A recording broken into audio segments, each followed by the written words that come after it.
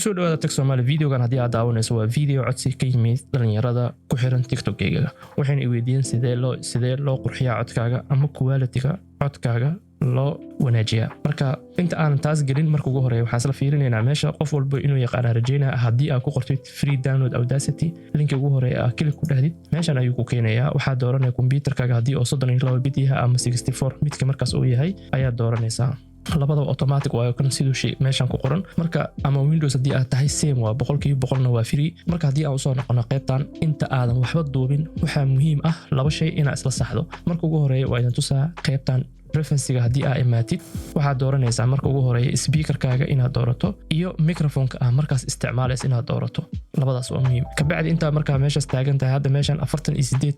project rate-kaaga 48 uu yahay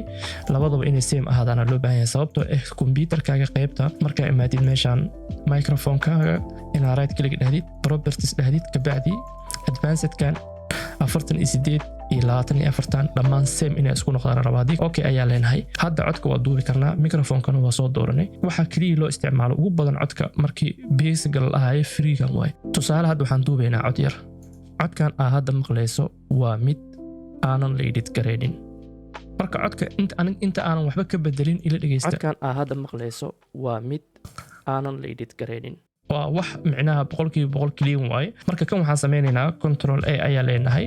waan ku biyeysanaynaa si hadhow hoosh qabanay adinka amarqaati aga noqotaan meelahan oo kala imaanayna control V ayaa leenahay kan hadda meesha koowaad saaran ma taabanayna kan ayaa edit gareynayna marka ugu horeeyo computerkaaga waxa laga yaabaa inuu xoogaa meeshaada noise iyo waxyaabo leeyahay wixii marka ugu horeeyo qayb kamida noise-ka codkaaga ayaa qaadaysa noise reduction-kaas ayaa dooranaysa meeshan numberkan wuxuu ku base gareysan yahay gurigeyga iyo meesha hadda aan fadhiyo sida ay tahay codkeeda ku base gareysan yahay marka adigana waa 12 ilaa 14 test gareey meeshan 4 ama 5 ka dhig sensitive-kan ilaa 8 waa ka dhigi kartaa test gareey marka numberadaas midkii markaas waxay leeysaa marka ugu horeeyo marka waxa leedahay get ayaa leedahay profile marka sidaan dhahdid ka bacdina waxa soo qaadanaysaa haddana waa ku soo noqonaysaa isla meesha ayaa imaanaysaa effect-ga ayaa imaanaysaa noise reduction ayaa leedahay markaan get ayaa dhahday markaan hadda okay ayaa leedahay wax yar oo isbedel hadii aad aga jeedid meeshan yar oo ka dhacay ila dhageysta marka codkan aad hadda maqlayso waa mid aanan la edit gareynin marka haddana waxaan leenahay qaybtan control A ayaa leenahay mar walba hadii qaybtan highlight ka saarno waxa effect-gu wada qabanaa la socda meeshan ayaa imaanayna effect waa sameeyay marka labaad waxaan sameeynaa volume-ka ina ilaalino compress ayaa leenahay si uu wada simo kanne wuxuu ku base gareysan yahay setting-gayga laakiin adigana ilaa 5 meeshan waa ka dhigi kartaa 45 adiga markaas numberskan hal ama laba iyo ka bedel markaas meesha ugu fiican adigana gurigaaga ahaan iyo codkaaga ku xiran tahay tan marka codka wuxuu ka wada dhigay same ayuu ka wada dhigay codkan aad hadda maqlayso si aan min numberka aan iskula fiirino meeshan quality hadhow iyo marka duubaysan inta waa la iska furtaa labadaas marka codkan aad hadda maqlayso waa mid aanan la edit gareynin sida u jeedin minus 3 ayuu tagayaa marka hadii ay YouTube gelinaysana wuxuu u baahan yahay minus 14 codkaaga in uunan dhaafin hadii minus 12 oo kale iyo macnaha waa geli kartaa laakiin recommended-ka dhanka YouTube-ka ma aha la socda taasne codkan aad hadda maqlayso waa mid aanan la edit gareynin kan hadda maadaama aan duubnay kan hadda edit ayaan ku wadnaa kii saxda ah waa kana geeskan ay idin kaga muuqdo marka highlight-ka ayaan ku soo celinaynaa haddana waxaan tageynaa qaybta effect-ga si aan codka EQ-giisa iyo bass-kiisa waxa ka bedelno waxaan tageynaa qaybtan ay ku qoran tahay EQ ka bacdina waxa dooranaynaa curve meesha filter curve meesha ku qoran tahay kan ayaa dooranaynaa kan meeshan aad u jeedid waxa la macnaha waxay ka dhigan tahay ilaa inta fiir line-kan aad u jeedid 100 ay ka dhigan tahay macnaha 100 wixii inta ka hayso codka rumbles wax la lahayo ama shucaaca iyo waxaas ayuu ka saaraa apply leedahay wax yar ayaa ku soo kordhada fiir codkan aad hadda maqlayso waa mid aanan la edit gareynin okay ilaa hadda noise-ka aan loo baahnayn iyo shanqarta macnaha aariyada neefta la socoto bis oo kareeba hadda marka waxaan ku dareynaa qayb yar oo bass ah EQ-ga ku soo noqonaysaa kan ayaa hadda ku soo noqonaynaa meesha hadda kan ka doorano ma dooranayno waxaan dooranaynaa preset-ka hadda tagno okay import yaa leeyahay marka meel ay ana codadkan maadaama inaan mar walba edit gareeyo ma jecli meel ay ugu keydsan yihiin oo all audio waa kana waxaan dhan preset waa software-ada isticmaal dhammaantooda kala duwan ayay u yihiin hadda qaybtan marka imaano waxaan rabnaa meel oo hadda codkayga qof nin aan ahay waxaan sameeyay marka curve-ga ayaan rabaa marka meeshan ay ku qoran tahay hore ayaan u sameeyay curve waa kana meel kan ayaa isticmaalaan marka sida u jeedin fiir hadda preview ma dhihi karno waa intuu ka soo bilaaba preview hadda dhahno marka apply ina dhawa ku qasbana filter EQ imaw curve codkan aad hadda maqlayso waa mid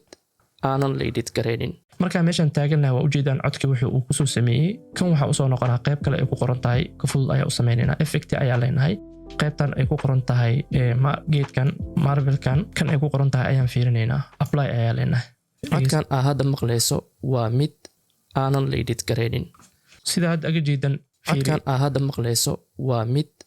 aanan la edit gareynin fiiri marka waxa ujeedaa codkaaga wuxuu tagayaa meeshaas marka ilaa hadda quality meesha loo taagnay ma aha marka waxaan sameynaynaa qaybtan marka codkaaga aa hagaajisid way badan yihiin waxyaabaha hadda kugu badan videoga xigan waxaan aga soo hadlaasi waxyaabahan VST-ga la dhaho loo isticmaalo ma rabo inuu videoga nagu dheeraado sababtoo videogan waxaa rabaa mid kooban inuu noqdo hadda basic ayaa ku edit karayna laakiin waxaan idin tusayaa meesha ugu muhiimsan codkan aa hadda maqlayso waa mid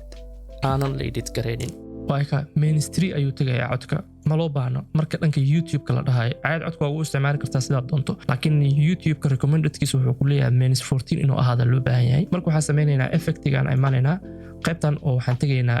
maadaama volume-ka isticmaalna markaan limiter ma isticmaalayno waxaan isticmaalaynaa loudness normalize isticmaalaynaa okay hadda 25 uu ii taagan yahay preview waa leeyahay fiiri codkan aa hadda maqlayso waa mid aanan la edit gareynin apply ayaa leenahay codka fiiriya marka codkan aa hadda maqlayso waa mid aanan la edit gareynin okay codkaaga hadda 12 ayuu taagan yahay minus 12 ayuu taagan yahay marka basicgiisana waa qualitygiisana hadda waa ujeedaan ma xumo